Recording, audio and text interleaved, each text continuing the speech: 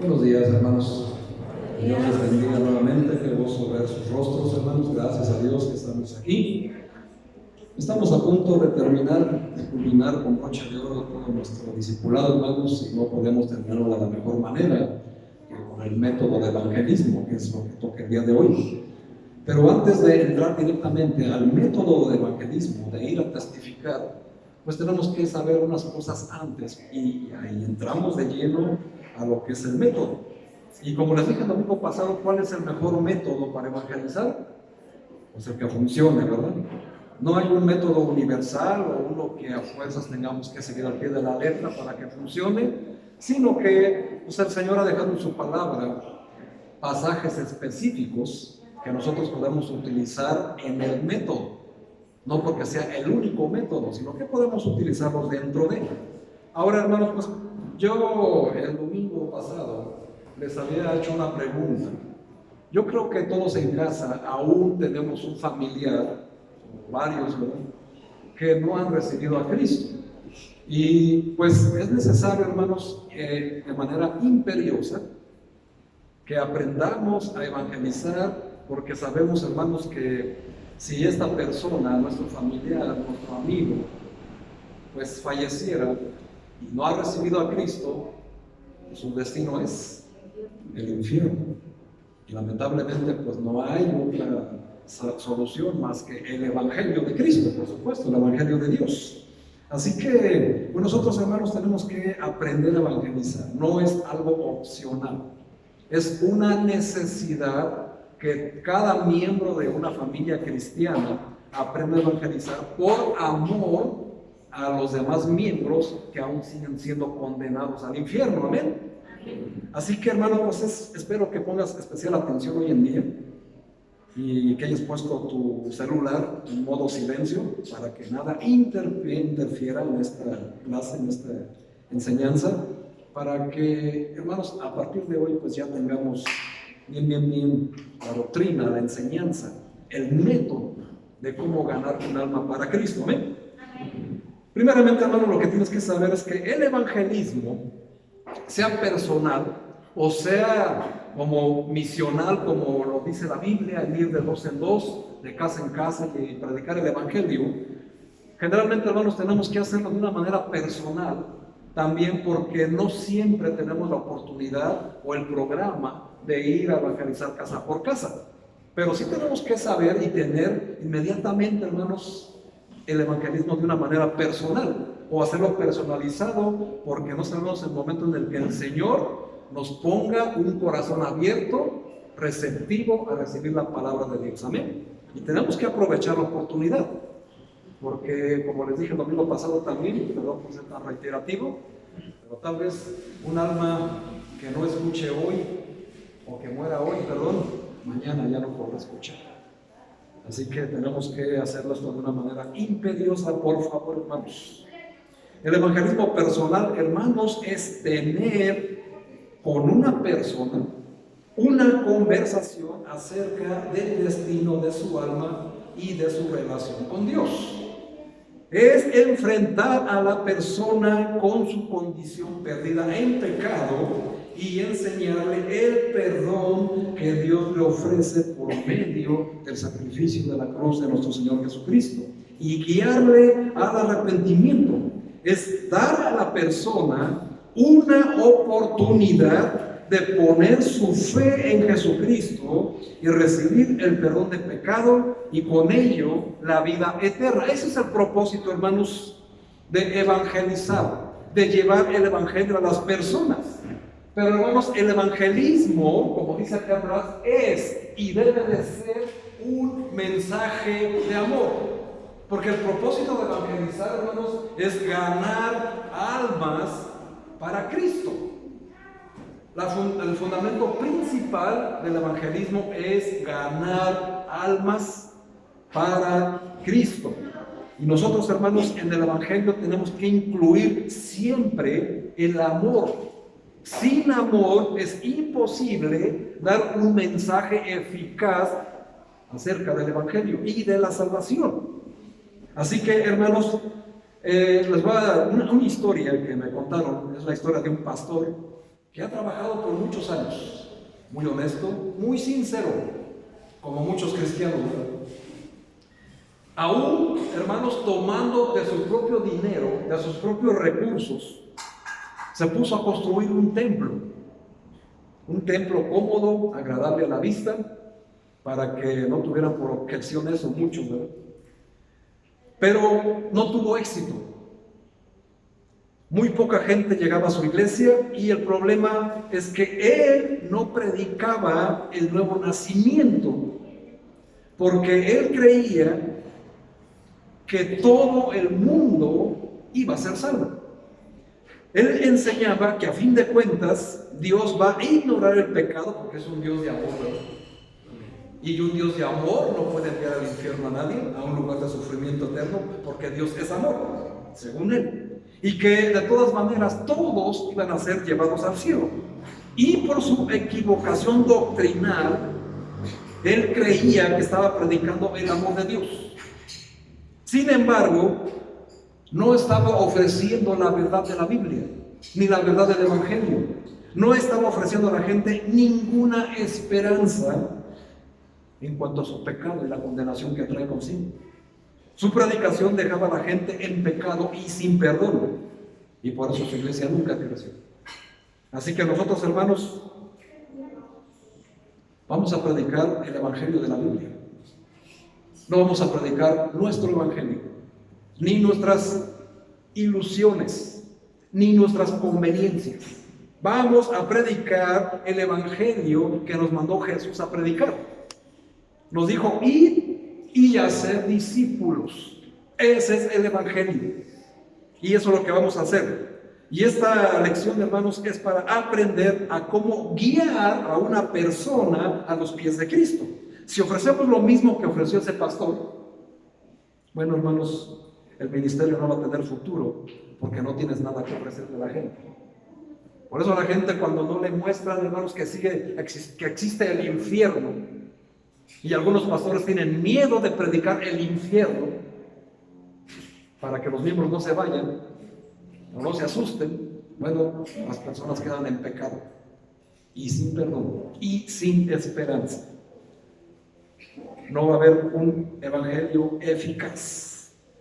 Nosotros, como personas, como humanos, no podemos hacer nada por la gente para darle salvación. Pero Cristo ya lo hizo todo en la cruz. Así que nosotros lo que tenemos que hacer es ir y tratar de persuadir o de convencer a una persona que está perdida en pecado antes de que pueda ser salvo en Cristo.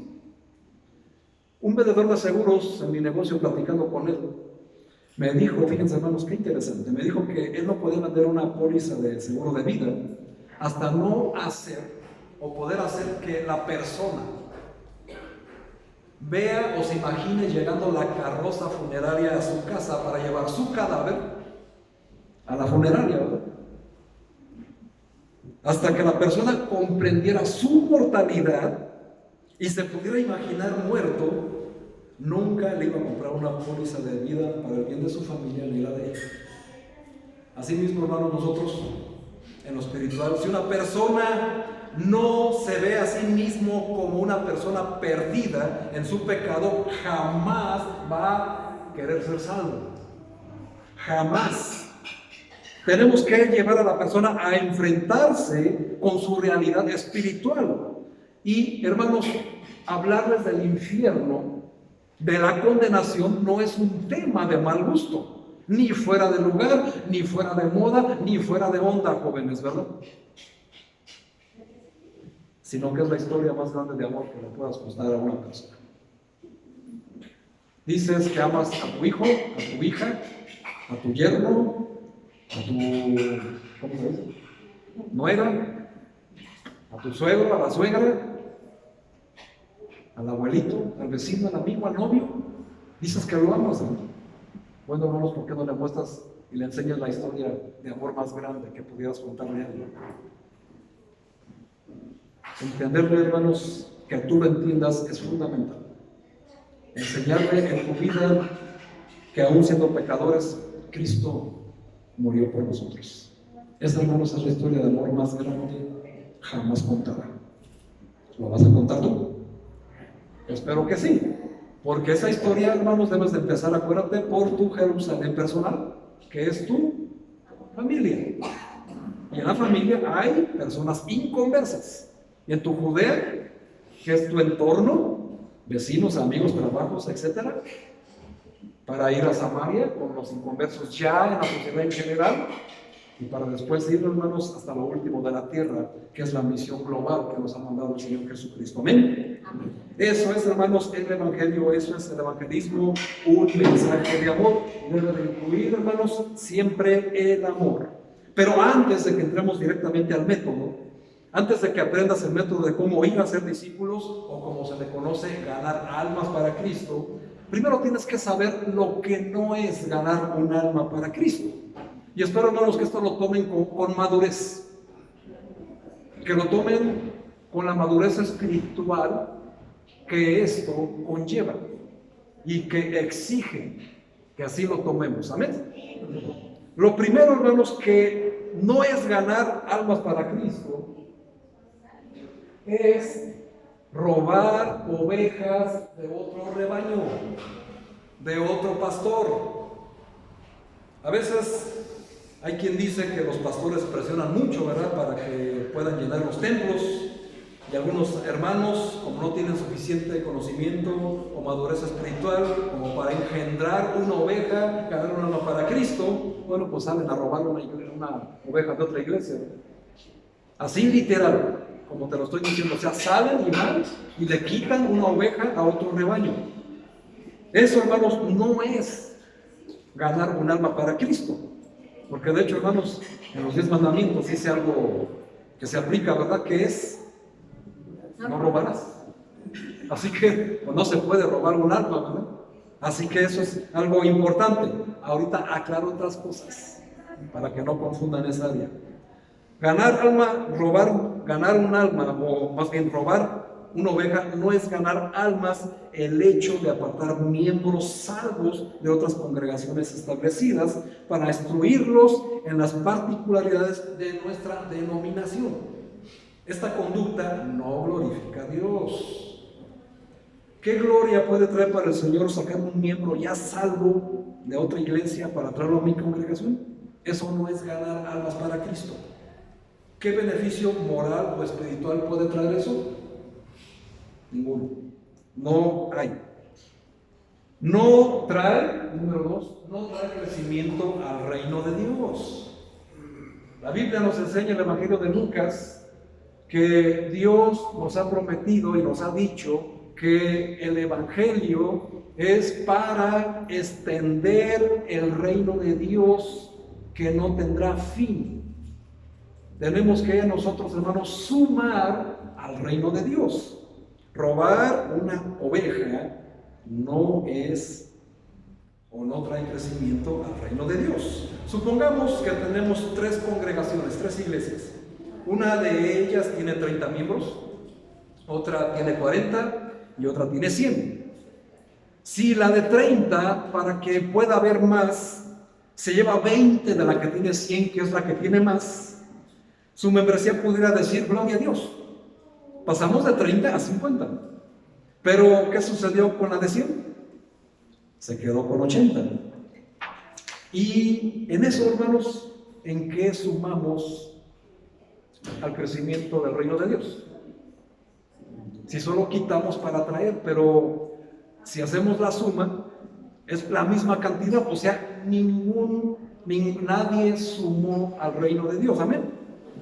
Al fin de cuentas, hermanos, siguen siendo los mismos 170 creyentes. ¿Cuánto creció el reino de Dios con ese procedimiento? Ninguno. Número 3, hermanos, no fomenta la comunión ni la unidad del cuerpo con Cristo. Y si una persona, un miembro de una iglesia, incluso hasta un pastor que lo hace, ¿qué confianza me puede inspirar un hermano que practique ese proceder? Ninguno. Ahora, aclarando, madurez, por favor. No estamos hablando de personas que se cambian de congregación por motivos justificados. como distancia. Y cuando hablo de distancia, hablo de ciudad a ciudad, no de colonia a colonia. No, porque todos queremos la iglesia que se ponga a un lado de mi casa, no, hermanos. Y aún así, hermanos, yo conozco hermanos que vienen desde otra ciudad a congregarse y sin ningún tabú, y llegan temprano, se paran por dentro. Pecado, o sea, cambiarse de iglesia por pecado en el pastor que cayó en pecado y no muestra frutos dignos de arrepentimiento. Eso sí es válido, hermanos. Eso sí es válido. O falsas doctrinas. Muy válido también salir de esa congregación y buscar otra. Y el Señor no te lo va a tomar más, de hecho, te lo exige. Porque la Biblia nos dice que nosotros debemos de no apoyar o justificar las obras de las tinieblas, sino que tenemos que, ¿cómo? Reprenderlas, ¿verdad? Y salir inmediatamente huyendo de ahí. Otros, como un pastor que solamente predica del diezmo y del dinero. Pues obviamente el Señor dice, no, pues ahí no hay nada. Sal de ahí, no tienes nada que hacer ahí. ¿Y qué otros se les ocurren, hermanos? O sea, estamos hablando de cosas justificadas, que no es lo mismo que robar una oveja, ¿verdad? En esa manera, en ese sentido. Así que lo que nosotros, hermanos, estamos hablando son de intenciones. Nuestra meta en el evangelismo, en el acto de ganar almas, debe de ser el traer las almas a Cristo, a los pies de Cristo, más o antes más que ser adeptos a nuestra propia iglesia. Si una persona se está congregando en una iglesia bien y está trabajando bien, hermano, ¿para qué lo invitas a la tuya? No, mira, es que acá somos más, aquí tenemos esto, aquí hay más ministerios. Hermano, eso no es ganar un alma para Cristo. Deja a la persona en paz. O sea, estoy hablando de una persona comprometida en una iglesia, trabajando en su iglesia. Si anda por ahí sin pastor, como una oveja sin rebaño, bueno, pues hermano, hay validez, ¿verdad? Oye, pues yo te veo muy mal, mira, te invito, mira, ven, a ver si acá te sientes mejor. Es otra cosa. Por eso les digo, hay que tomar estas cosas con madurez. Es esencial que lo entiendas de esa manera. Nosotros, hermanos, debemos atraer a las personas a Cristo antes que a nuestra iglesia, ¿me explico? Porque Cristo es el Salvador, Cristo es el Maestro, Cristo es el que salva, amén. No es la iglesia, es Cristo.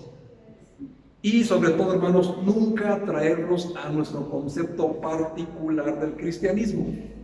Ay, es que tú eres así, tú eres asá, eso ya no está en función, esos dones ya no existen y estamos peleando y criticando, entrando en debate. Eso no, hermanos, eso no es ganar a alguien para Cristo. Solo va a haber conflictos y estamos como los niños en la primaria, ¿verdad? Así nos vemos de inmaduros. ¿Se acuerdan de niños? Mi papá es más alto que el tuyo. Mi mamá cocina mejor que la tuya. Así estamos, hermanos, cuando estamos, mi iglesia es mejor que la tuya.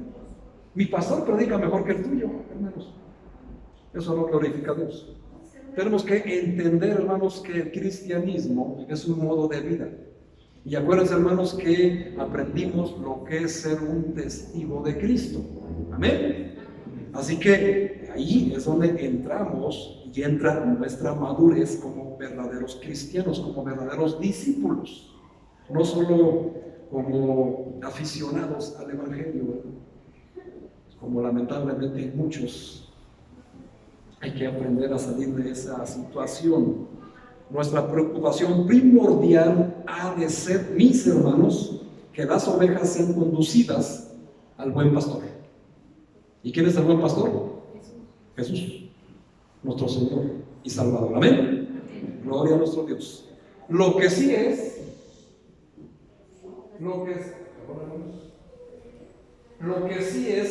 ganar almas, es lo que leímos en el Evangelio de Juan. ¿Qué es realmente ganar una persona para Cristo? Juan 3:3, donde hicimos la lectura principal. Respondió Jesús y le dijo: de cierto te digo, que el que no naciere de nuevo no puede ver el reino de Dios. Para los que no conocen por qué Cristo a veces se refiere en sus respuestas en desierto, desierto, te digo, eso significa ciertísimamente. No es una redundancia del Señor Jesús, sino que con eso, hermanos, está mostrando que es ciertísimo de una manera categórica. Y por eso dice, hermanos, lo que sí es ganar el alma para el Señor es que una persona nazca de nuevo. 2, para que una persona pueda nacer de nuevo, tiene que ser engendrado por el Espíritu. Es lo que le está diciendo a Nicodemo. Y a veces, hermanos, en la iglesia hay muchos cristianos muy fariseos que enseñan una manera pues muy rara, ¿verdad?, de evangelizar. Y no saben, hermanos, que una persona nace a través del Espíritu. Creen que nacen porque los invitaste o le mencionaste un pasaje de la Biblia y ya, automáticamente es algo, ¿no, hermanos? Y de hecho Jesús le reprocha a Nicodemo, le dice, tú eres fariseo, eres doctor de la ley y no sabes esto de primaria. Así que mis hermanos, mis amados hermanos, tenemos que entender esta parte. Lo que sí es que entendamos que la persona, para que nazca de nuevo, tiene que ser engendrado por el Espíritu. 3. En el Evangelio de Juan, en el capítulo 1, pero en el versículo 13, vean lo que dice, hermanos. Dice la palabra de Dios, Juan 1:13, los cuales no son engendrados de sangre, ni de voluntad de carne, ni de voluntad de varón, sino de Dios. Y esto, hermanos, echa abajo para todos aquellos que enseñan que porque yo como papá soy salvo, mis hijos automáticamente son salvos. Es una total mentira. Eso es algo totalmente torcido. Y le estás quitando la esperanza a tu hijo, a tu hija de que sea salvo. Así que no puedes mencionar eso, hermanos. Así que papás que están aquí, no creas que porque tú vienes a la iglesia y eres salvo, tus hijos no son. Los hijos, para que sean salvos, tienen que nacer de nuevo. Tienen que hacer todo el procedimiento, entender lo que significa esto. Así que aquí están los cuales, los hijos de Dios no son engendrados por aquellos que enseñan y dicen, es que todos, absolutamente todos, somos hijos de Dios. No, hermanos. De hecho, en el versículo 12, allá arribita, nos dice quiénes son los verdaderos hijos de Dios. ¿Y qué dice ahí, hermanos? Mas a todos los que le recibieron, a los que creen en su nombre, les dio la potestad de ser hechos hijos de Dios. Ahí está, hermanos. Con eso echas abajo los argumentos de aquellos que creen que todos son hijos de Dios. Aunque encontramos en el Evangelio de Juan una parte donde él lo dice, pero hay que entender el contexto de por qué lo está diciendo, ¿verdad? Porque es bajo el mismo contexto de Juan 3. Pero eso, hermanos, son cosas más avanzadas que vamos a ver más adelante. Así que, hermanos, pues tenemos que aprender lo que es esto. Ahora, ¿qué debe de incluir nuestro mensaje? Cuando vamos a ir a predicar el Evangelio, antes de utilizar el método, tienes que saber lo que incluye el mensaje. El mensaje, hermanos, en Mateo 4:17, nos dice, desde entonces Jesús comenzó a predicar y a decir, arrepiéntanse, porque el reino de Dios se ha acercado. Tenemos que entender, hermanos, que el mensaje debe de incluir el arrepentimiento. Y no solamente, hermanos, el arrepentimiento es un componente necesario de una convención verdadera, sino que, hermanos, es lo primordial para poder ser salvo. El arrepentimiento. Y no se trata, hermanos, solo de repetir una oración. Hoy en día, hermanos, hay un peligro muy grande en las iglesias. Quiero que tomes esto por madurez. No estoy tratándote de convencerte, de lo contrario. Si tú no lo crees igual que yo, bueno, hermanos, seguimos siendo amigos, hermanos, como siempre, ¿verdad? Pero, hermanos, hoy en día, mucha gente cree que porque hizo la oración de salvación ya es salvo. Pero no es así. Si no hay una transformación en arrepentimiento, la tal persona sigue sin ser salva. Así haya hecho oración 3, 4, 5, 6, hasta 10 veces, si no hay arrepentimiento, un cambio de vida, no hay salvación. Porque no fue engendrado por el Espíritu. Y eso es algo que debes de entender, hermano. Porque tú solito te estás haciendo el harakiri espiritual, ¿verdad? ¿Saben qué es el harakiri, verdad? Es una tradición samurái, donde para no perder su honor, los samuráis, por X derrota, por X circunstancias, se quitaban la vida solos, antes de perder su honor. Eso es el harakiri, una tradición samurái. Ahora, hermanos, llevándolo a lo espiritual. Si tú crees que porque hiciste la oración, pero no hay una transformación en tu vida, eres salvo, te equivocaste, estás cometiendo ese harakiri. Tiene que existir un arrepentimiento, y el arrepentimiento es un cambio de pensamiento para cambiar mi actitud. Y si yo, hermanos, aunque haya hecho la oración 100 veces, pero sigo viviendo de la misma manera, hermano, no hay salvación. Por favor, hermano, no te engañes, aún estás a tiempo. Si es tu caso, gloria a Dios, espero que no, ¿verdad? Pero si aún, hermanos, es el caso, espero que hoy salgas siendo salvo. Ay, pastor, me va a dar vergüenza, hermano. ¿Qué prefieres, vergüenza o infierno? Decide. No tenemos tiempo, hermanos. El tiempo es corto y debemos aprovecharlo. Amén. Así que el arrepentimiento, hermanos, es un componente necesario en una conversión verdadera. Y no es suficiente solo repetir la oración. Tiene que haber un arrepentimiento. Debe de incluir la necesidad del arrepentimiento y la necesidad de aceptar a Jesús. Mucha atención, hermanos. No solo como su Salvador, sino también como su Señor. Qué importante es eso, hermanos. Nuestro mensaje debe tener un equilibrio entre el amor de Dios y la justicia de Dios.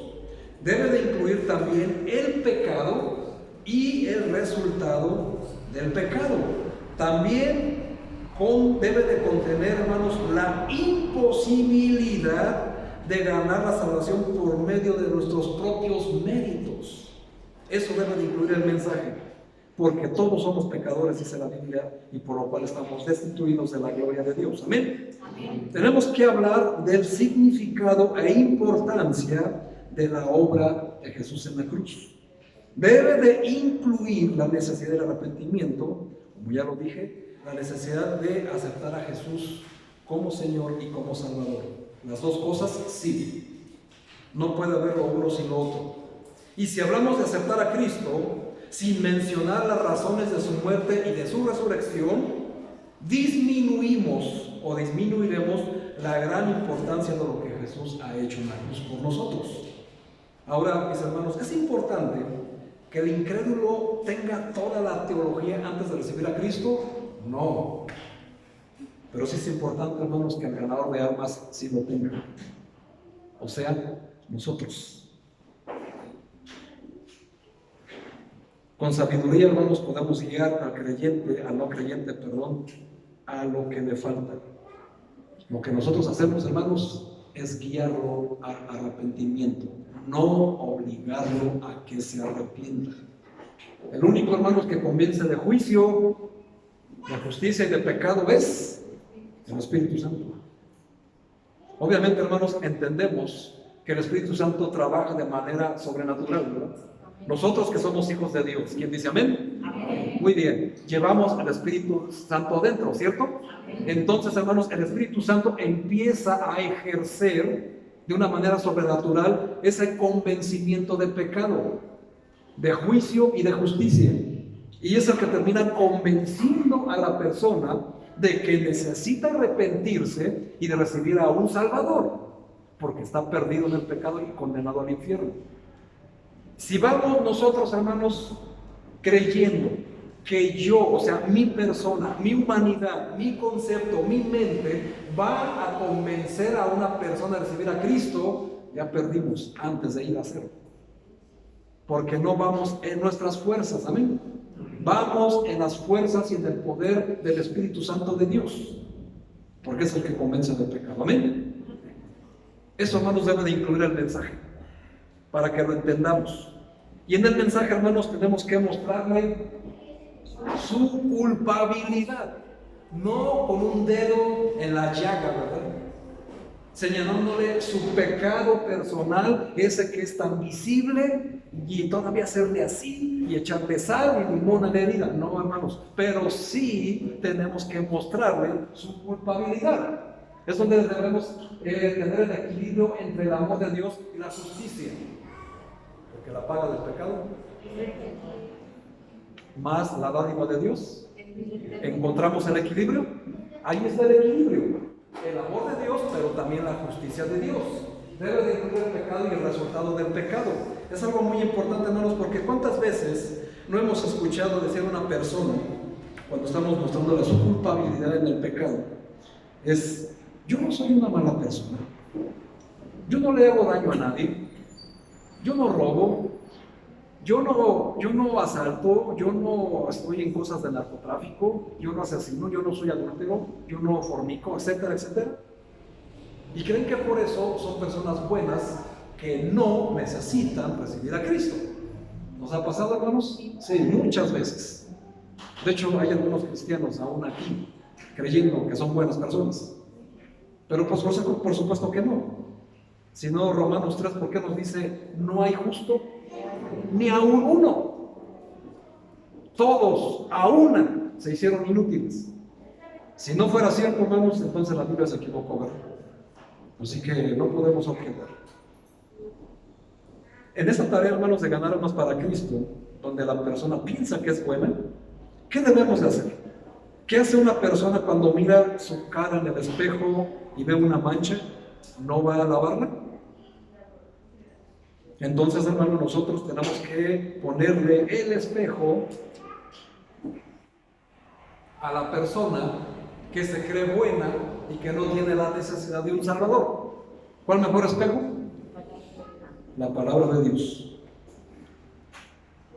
Y parte de nuestra responsabilidad, hermanos, es persuadir o de convencer al pecador de su pecado. Y el mejor método para usar, hermanos, pues es la Biblia. Acuérdense, hermanos, que les dije: no puedes ir diciéndole: ay, es que en un pasaje de la Biblia dice así, solo que no me lo sé bien de memoria. No, hermano, lleva la Biblia, porque la Biblia es el poder, es por medio del cual se engendra a los hijos de Dios. Y si no traes la Biblia física, hermanos, bueno, hoy podemos utilizar la tecnología a nuestro favor. Descárgate una Biblia, hermanos, en tu celular. Una Biblia Reina Valera 1960 o una nueva versión, no importa. El punto es que la llevas, porque yo en mi casa, hermanos, como algo personal, yo tengo muchas versiones de la Biblia. Incluso tengo hasta una Biblia de las Américas. La reconocen, ¿verdad? Es la que supuestamente le llaman la Biblia católica. Hermanos, no existe tal cosa. La Biblia es la Biblia y la Biblia es universal. Amén. Solamente lo que diferencia es que la Biblia de las Américas trae los libros apócrifos. Pero, hermanos, hay que tenerla, porque te va a pasar más de una vez que un inconverso te diga: ay, sí, pues eso dice tu Biblia cristiana, pero a ver, muéstralo en mi Biblia católica. Hermano, saca la Biblia católica. Dice todavía peor y más feo. Utilízalo a tu favor. Y te vas a dar cuenta, hermanos, que ese método es infalible, hermanos. Siempre que vayas a evangelizar, a testificar, utiliza la Biblia, sea física o en el celular. Solamente déjame y te digo, hermanos, que en el celular resta credibilidad, porque no se ve profesional la persona. Pero no es pecado. No es pecado y Dios no está en contra. Amén. Por eso, ¿qué necesitamos para esto, hermanos? Mucha madurez. Madurez espiritual, por supuesto, ¿verdad? Y la madurez espiritual, a veces, hermanos, no tiene nada que ver con la madurez física, ni hablo de los años, ¿verdad?, de una persona. Ahora, cuando encontramos estas personas que dicen: yo no necesito a Dios, yo no necesito un Salvador, yo soy una buena persona, yo creo que yo doy, como cruzo a los viejitos de la calle, como doy besitos aquí y ando ayudando a la gente y no hago nada malo, yo me voy a ir al cielo. ¿Qué haces ahí? Bueno, hermanos, vamos a ver el método. El método, hermanos, ¿Cómo ser salvo? La pregunta del millón. Si usted muriera hoy, ¿está 100% seguro de que iría al cielo? Y esa pregunta, hermanos, es fundamental. Fundamental. Lo primero, hermanos, que tenemos que hacer es que esta persona, al mostrarle el mensaje, después de aplicar todo lo que ya vimos anteriormente, que reconozca y ir a la Biblia, hermanos, ir a la Biblia. Si tú te memorizas los pasajes, haces bien, pero aunque tú te lo sepas de memoria, tienes que mostrarle con la Biblia, con la palabra de Dios, lo que dice y a dónde te envía. Romanos 3:23, hermanos, vamos a donde creemos. ¿No escucho nada? Romanos 3:23. Vamos a mostrar este pasaje, Romanos 3:23, para mostrarle a la persona que tiene que reconocer. Porque si no le muestras la Biblia y el pasaje, ¿qué va a reconocer? Dice Romanos 3:23, por cuanto todos pecaron y están destituidos de la gloria de Dios. Este pasaje, hermanos, ¿cuánto dice que somos pecadores? Todos.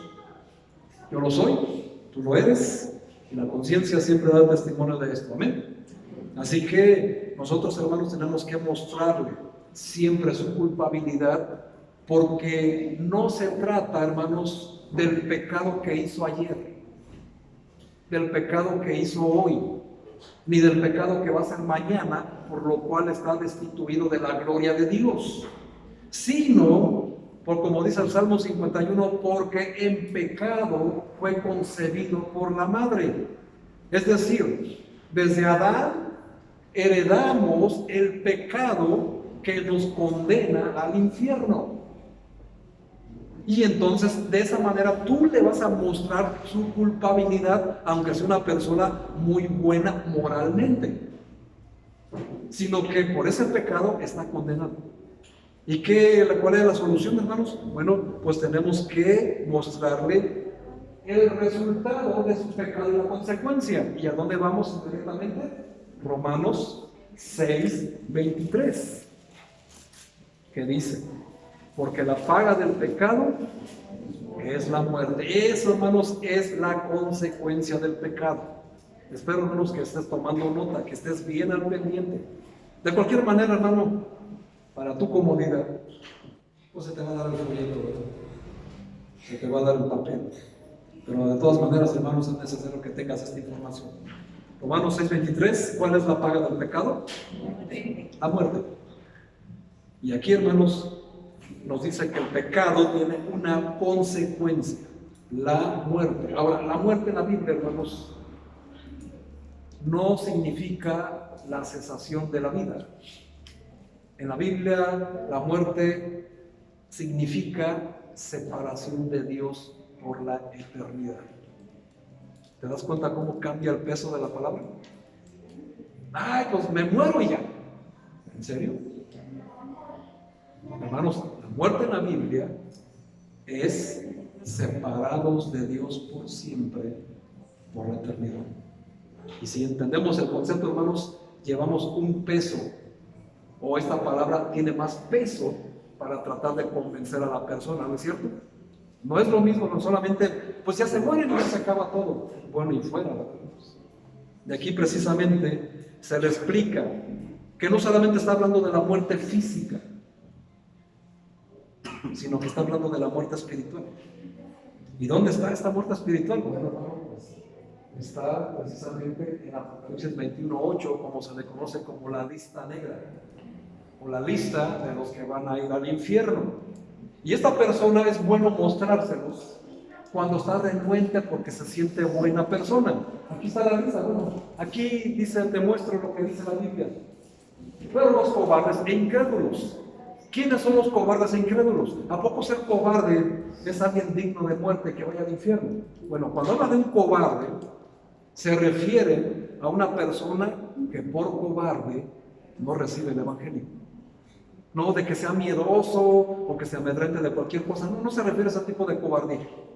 sino de que digan, no, pastor, no, hermano, no, amigo, pues es que a mí me da vergüenza, no, luego mi familia se va a enojar, o ya no me van a invitar a sus círculos sociales, o mis amigos me van a dejar de hablar, o mi novia me vaya a dejar. Esos son los cobardes. Y esos son los que van a ir al infierno. Incrédulos, bueno, creo que sobra lo que significa, ¿verdad?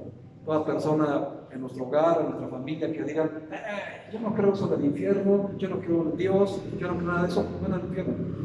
Bueno. Los abominables y homicidas, los fornicarios y hechiceros tienen que ver hoy en día no solamente con magia, sino con cualquier tipo de droga. Si tú te drogas, eres un hechicero, ¿dónde crees que vas a ir? Los idólatras y todos los mentirosos. A ver, hermano, ¿tú qué te sientes tan bueno? ¿Alguna vez has mentido? Solo mentiras blancas. Bueno, lo siento mucho, pero aún los mentirosos blancos y los negros pues también van al infierno. Y con esto, hermanos, quitamos un argumento más del peso para el rechazo del Evangelio. La lista negra. Mientras mejor podamos mostrarles el peligro en que se hallan, más dispuestos estarán a apartarse del pecado y a aceptar la salvación. Ahí sí entramos nosotros, ¿verdad? O sea, hay que utilizar las herramientas que nos ha dejado el Evangelio, la palabra de Dios. Así que aquí, hermanos, cuando ya la persona dice, no, pues sí, soy mentiroso, bueno, pues ahí estás en la lista, ¿verdad? Entonces, tenemos que entender, hermanos, que si reconoce que es pecador, está sentenciado al lago de fuego, que arde con fuego y azufre, como condenación.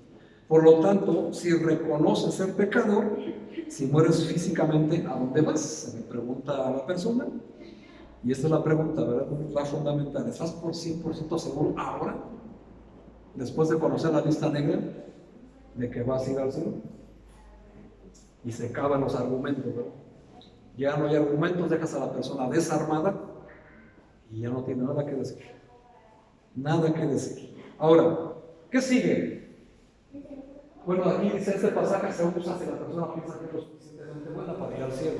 También es opcional. Puedes sí o no usarlo. Pero, hermanos, ¿qué sigue? El plan redentor de Dios. La solución. Desde la caída del hombre, Dios ha estado trabajando a través de la historia para restaurar la comunión entre Él y el hombre. Él eligió a un hombre, Abraham, del que nació una nación, Israel, y de esa nación nació el Mesías, Jesús, el Salvador, para destruir la obra de Satanás y restaurar la verdadera comunión con Dios que se perdió con el pecado de Adán y Eva. Es necesario, hermanos, que también conozcas esto. Ahora, ¿cuál es el plan redentor?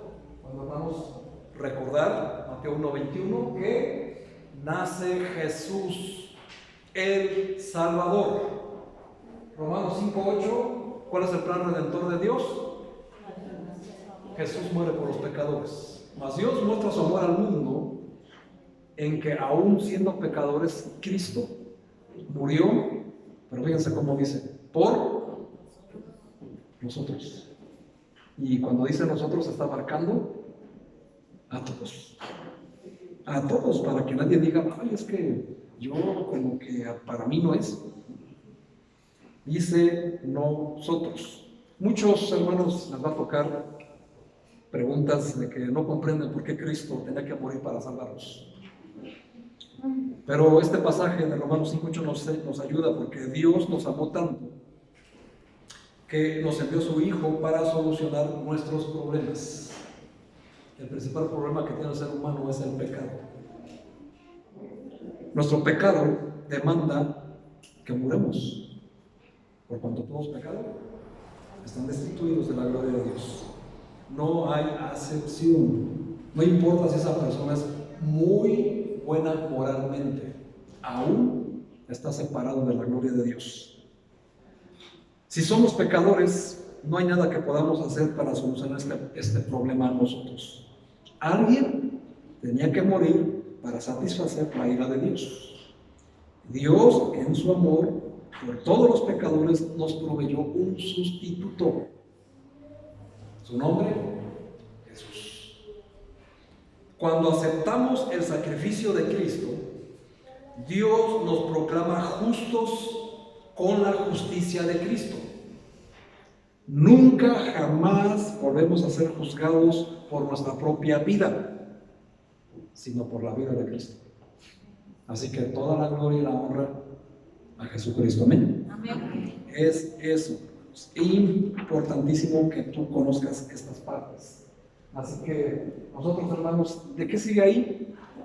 Antes de pasar a esto, hermanos, tenemos que entender que cuando estamos evangelizando, es importante no inundar al creyente con tanta información profunda. Pero la información que nosotros tenemos, hermanos, nosotros tenemos que utilizarla a nuestro favor si se requiere. Pero entonces, toda esta información, ¿cuál es la necesaria información para que una persona sea salva? Bueno, hermanos, aquí pasamos al punto fundamental. La persona tiene que recibir a Cristo como su Salvador. Y hermanos, pues aquí es donde regresamos. Juan 1:12. ¿Por qué es necesario, hermanos? Porque es necesario que lo entiendas en su contexto. Dice Juan 1:12, más a todos los que le recibieron. Y luego añade, a los que creen en su nombre. Hermanos, ¿por qué es importante que entiendan este pasaje? Porque hoy, hermanos, en el infierno hay muchas personas que creían en el nombre de Jesús, pero que nunca le recibieron. Y eso lo digo para muchas personas, ¿verdad? Que dicen, bueno, pues yo puedo ser cristiano a mi manera. Yo creo en Cristo a mi manera. Yo no voy a ir a que me laven el cerebro a ese lugar. Bueno, cada quien, ¿verdad? Pero el destino aquí está fundamental. ¿Quiénes son hijos de Dios? Los que creen y le reciben. Así que tienes que entender tú esta teología. No digo que se las expliques como yo te lo estoy enseñando, pero tú la tienes que tener bien presente. Y a raíz de estos dos requisitos, les dio la potestad de ser hechos hijos de Dios. Ahora, aquí hermanos dice, más todos los que recibieron a los que les dio la potestad. Potestad es el poder, la facultad, el derecho, la autoridad que ahora tenemos como hijos de Dios. Es importante que lo entiendas. Luego nos dicen, bueno, ¿y tú quién eres para decirme esto, para hacerme aquello? Yo soy hijo de Dios. ¿Se dan cuenta cómo cambia la cosa? No soy hijo del vecino. No lo digo de una manera despectiva, con todo respeto, por favor. Soy hijo de Dios. Amén. Amén. Amén. ¿Y qué nos da eso? Poder, facultad, derecho, autoridad. Amén. Amén. Porque somos hijos de Dios. Así que aquí, hermanos, es importante que entendamos esto. Ahora, a Cristo se le recibe por la fe en el corazón. Efesios 3:17. Perdón, creo que no lo puse. Ustedes búsquenlo. Para que habite Cristo Sí, hermano, adelante. en nuestros corazones, a fin de que arraigados y cimentados en amor. Dice la Biblia, para que habite por la fe en vuestros corazones. Aquí también hay algo que tenemos que entender. Muchas personas solo reciben a Cristo en la mente. A Cristo, hermanos, la Biblia no dice que se le reciba en la mente. ¿En dónde? En el corazón. ¿Por qué en el corazón? Porque del corazón mana la vida. No de la mente. Y es necesario que entiendas esta parte, porque muchas personas lo entienden que recibir a Cristo lo salva de ir al infierno, pero de una manera intelectual. Y la Biblia dice que es por fe, en el corazón. ¿Y qué es la fe? La fe Exactamente, hermanos. Tú tienes que mostrarle que la fe es la convicción de lo que no se ve. ¿O sí dice así? ¿O no dice así? Hebreos 11. La certeza de lo que no se ve. O sea, eso es tener fe, hermanos. Y aunque digan, ¿es una fe ciega? Sí. ¿Y por qué debe de ser ciega? Porque bienaventurados son los que creen y no ven. Y los que andamos por fe, no andamos por vista. Así de simple es, hermano. Así de simple la salvación, hermanos, es por fe, pero se recibe en el corazón, no en el intelecto.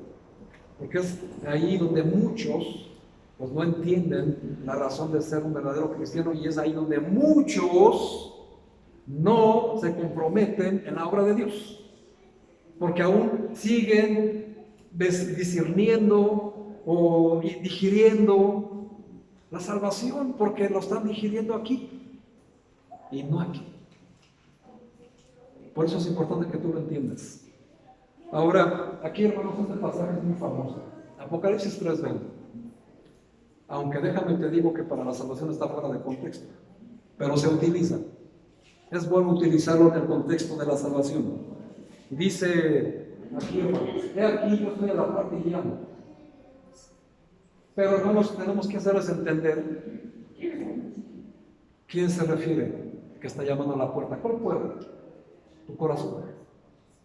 Si alguno oye mi voz, su palabra, el evangelio, ¿cuál es la voz que debe de escuchar la persona evangelizar? La Biblia. La Biblia. No otros conceptos, recuerda. Y abre la puerta y entraré a él, cenaré con él. Eso significa, hermanos, que va a habitar en ti. ¿Y qué acabamos de leer? Para que Cristo habite por la fe en nuestros corazones. Van en el mismo contexto, pero el contexto de Apocalipsis, hermanos, se refiere a una iglesia rebelde, a la iglesia tibia, que es la de estos tiempos, por cierto, como tú comprenderás.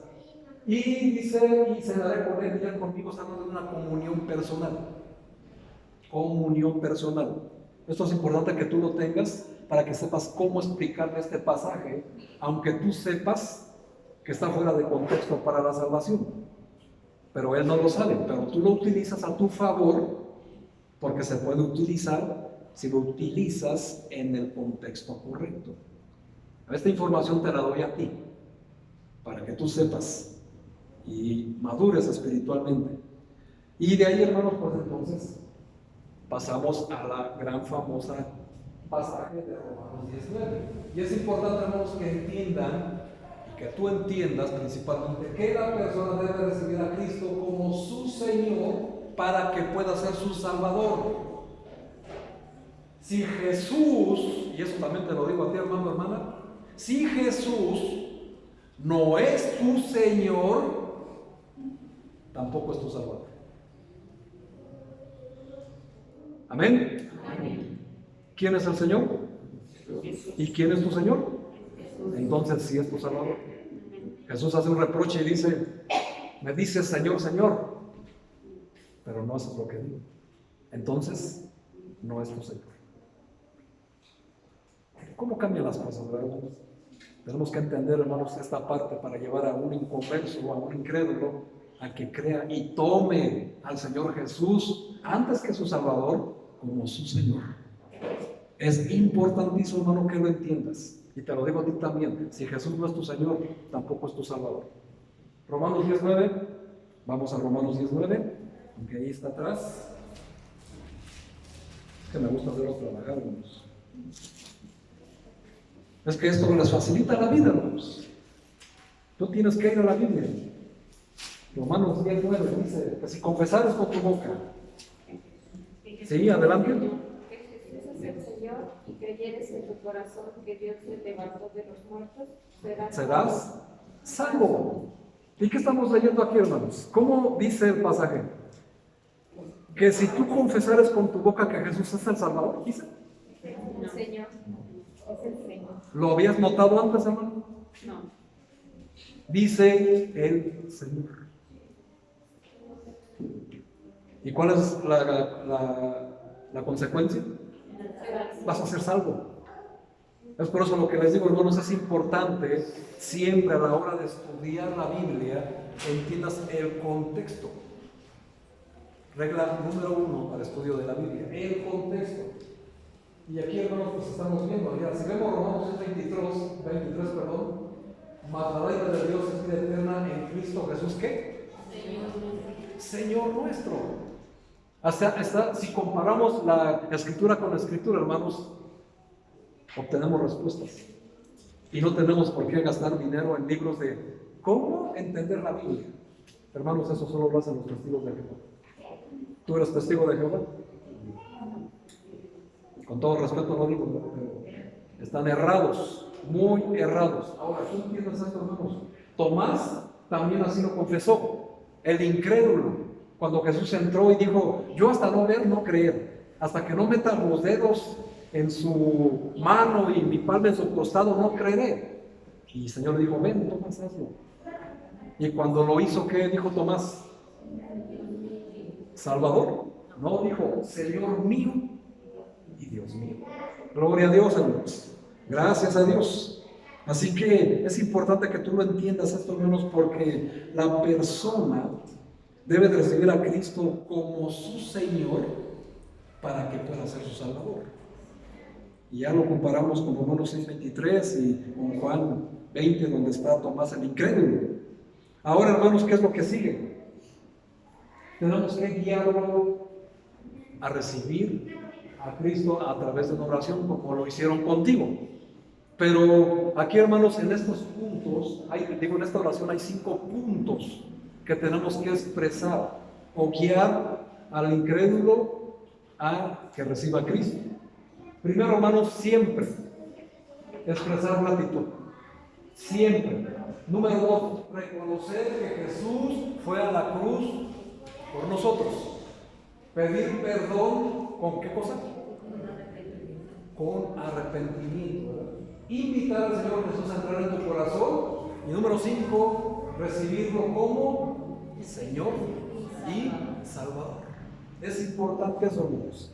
Siempre importante. Y siempre, hermanos, como tips, como consejo, aclararle a la persona que si su oración no va a servir de nada si no la hace sincera y de corazón. Porque muchos van a decir, bueno, ya para quitármelo de encima, bueno, está. Decirle eso antes de orar, porque eso también nos quita el peso o te quita el obstáculo de que esa persona sea sincera. Porque muchos así lo han hecho. Y lo han hecho contigo. Solamente para quitar el compromiso, o por no faltarte al respeto, o por cordialidad, educación. Ándale pues, vamos a hacerlo. Y ahí está. Bueno, hermanos, ¿qué pasó ahí? Nada. La persona sigue siendo inconversa, que la ecuación es inconversa igual a condenada al infierno por toda la eternidad. Así que tenemos que aprender esas partes. Mucho cuidado con eso. Un ejemplo de oración, hermanos, puede ser para que incluya estos 5. Dice, se las voy a leer textualmente. Dice, Señor Jesucristo, te doy gracias por amarme y por haber muerto en la cruz por mí. Te doy gracias porque hoy me lo haces comprender y saber. Hoy me arrepiento de todos mis pecados y te pido que me perdones. Señor Jesús, en este momento yo te abro la puerta de mi corazón y te invito a que entres en mí. Y desde hoy te pido que gobiernes en mi vida como mi Señor y mi Salvador. Amén. ¿Es tan difícil, hermanos? Es una oración sencilla que incluye estos 5 pasos. Y es algo que tú debes de tener memorizado. Y si tú quieres escribirlo también, hermano, no importa, pero tenerlo siempre presente a la hora de evangelizar, porque es importante. ¿Y qué sigue después de aquí? La confirmación. Confirmar que de verdad esta persona está consciente de lo que acaba de hacer. Primera de Juan, capítulo 5, versículo 11 y 12. Fíjense qué importante. Y empieza, este es el testimonio. ¿Cómo se llama la Biblia, hermanos? ¿Cómo se le llama la Biblia? La palabra de Dios. Nuevo o Antiguo Testamento, o los testimonios de Dios. Amén. Este es el testimonio. ¿Qué es lo que acaba de hacer esta persona? Que Dios nos ha dado vida eterna y esta vida está en su Hijo. El que tiene al Hijo, tiene la vida. El que no tiene al Hijo de Dios, no tiene la vida. ¿Hay alguna duda, objeción en este pasaje de quién sí y quién no es hijo de Dios? Y tú mismo, hermanos, con este pasaje te quitas pesos de encima y le aclaras a la persona: ¿tienes al Hijo de Dios en tu corazón? Tienes vida eterna. ¿No tienes al Hijo de Dios en tu corazón? Lo siento mucho, no tienes vida eterna. Así de simple, hermanos. No es sencillo. Los que nos complicamos las cosas somos nosotros, porque nos queremos hacer los teólogos, ¿verdad? Dios, hermanos, se les dice o se les comparte a la persona: Dios nos ha regalado vida eterna por creer y recibir a su Hijo como Señor y Salvador. Así que eso es lo que tenemos que hacer. Ahora, hermanos, la gran diferencia es que el destino al morir es que se tiene la certeza de que será el cielo por la eternidad. Ya la pregunta de estar 100% seguro de que si mueres hoy vas a ir al infierno, aquí ya cambia, ¿verdad? Porque ya les hemos dado todo el método, el procedimiento y la solución a sus problemas. Ahora, aquí, hermanos, dos últimos puntos. Se le invita a congregarse a la iglesia. No tiene que ser una regla. O sea, hay personas que dicen: bueno, es que yo para invitarla primero la tengo que evangelizar. No necesariamente. Puedes invitarlo a un servicio. De hecho, hermanos, el propósito de los sociales es que invites gente para ganar almas para Cristo. No solamente para presumir lo rico que cocinas, ¿no? O lo bien que nos atiende el hermano Arturo, ¿no? No, eso ya sabemos. Es para ganar almas para Cristo, hermanos. O sea que tenemos que entender esa parte. Y después, hermanos, se le invita a discipularse, porque la gran comisión es ir y hacer discípulos a todas las naciones y bautizarles y enseñarles. Eso, hermanos, completa toda la gran comisión. Y yo sé, hermanos, que esto implica programas, tiempos y sacrificios para poderlo hacer. Pero nosotros, hermanos, estamos obligados por el mismo Señor y Salvador. Así que, mi hermano, mi hermana, te digo desde hoy: si el Señor Jesús es tu Señor, ¿qué es lo que tienes que hacer? Ir y hacer discípulos. Y cuando Él te diga, me dice Señor, Señor, pero no haces lo que digo, ¿qué le vas a decir? Así que es importante entender. Y ahora, hermanos, este pasaje que les voy a dar a continuación, como yo le puse el 1, 2, 3, 4 de Timoteo, dice: porque esto es bueno y agradable delante de Dios nuestro Salvador, el cual quiere que todos los hombres sean salvos y vengan al conocimiento de la verdad. Con este pasaje, hermanos, se le invita a la persona a venir a la iglesia, porque esta persona después de ahí va a tener 1001 preguntas, y te va a hacer preguntas que no vas a saber contestar. A ver, por ejemplo, hermanos, la pregunta que más hacen y que más Satanás utiliza en los contextos: ay, sí, su Dios, su Dios. Pero a ver, díganme ustedes, ¿quién creó a Dios? ¿Cómo te lo vas a quitar de encima? Con Timoteo. Ah, sí, mira, la Biblia nos dice esa gran verdad, pero ¿qué te parece si te invito a la iglesia para que platiques con el pastor? Y te quitaste un peso de encima. Porque si no le respondes esa pregunta satisfactoriamente, ¿qué crees que va a hacer? Nunca va a venir. ¿O no te la han hecho, hermanos? O es más, ¿no te has hecho tú esa pregunta? Yo quiero que a mí me digan. Yo quiero ver que realmente existe un infierno. Bueno, hermano, muérete. Sin recibir a Cristo, vas a estar en el infierno. Pues. Digo, no es una palabra muy amorosa, ¿verdad? Pero pues es la verdad.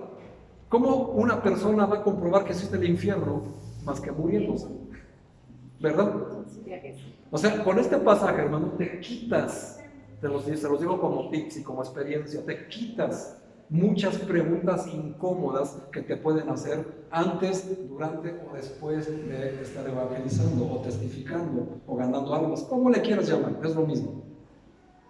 Aquí, hermanos, con este pasaje quitas todo eso. Bueno, oye, ¿y la Biblia habla de los dinosaurios? Claro que sí. Ahora, ¿sabes dónde está?